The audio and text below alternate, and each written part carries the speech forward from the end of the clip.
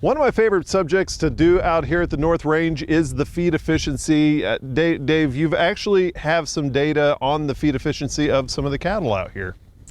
We do. We've been working on this project now for a little over 2 years. We've just, have improved our capability to study efficiency in cows, or forage intake efficiency. That's probably what's unique about our project, is we have the capability of measuring individual cow forage intake. The other thing that we do that's somewhat unique is we measure milk production, and we try to measure it about every 30 days, obviously during lactation. But and then when we measure milk production on these same 40 cows, we also get the content. So we know we've got some cows that have 3% butter fat in their milk, and we've got some cows that have 8 or 9% butter fat in their milk.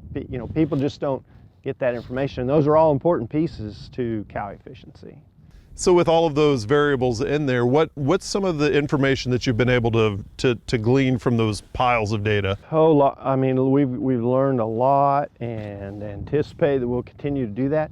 One simple example, the assumed influence of milk yield on forage intake is for every 1 more pound of milk produced in a day, a cow should consume about 2/10 more pound of forage. We've discovered that number, at least in the cattle we've researched so far, is more like 0.3 to 0.35. So the other thing that we find in every group of cattle every time we do one of these is we find just enormous variability. The last time we measured these animals during lactation, we found one cow, for example, that produced an enormous amount of milk and gained body condition through lactation.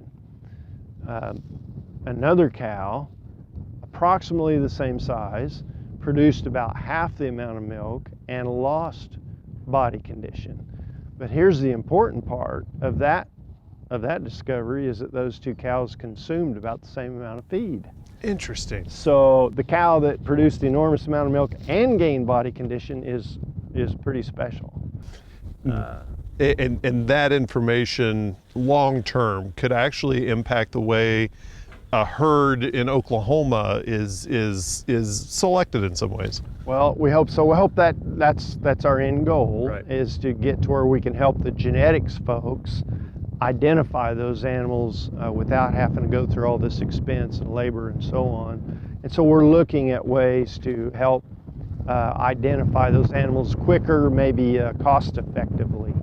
And of course, you're only 2 years into this study. There's so much more to come with this. Yeah, we'll hope to have more clear answers on where the one relates to the other. Right. We are working on that, and have some good initial data on that topic. And yeah, it's really fascinating.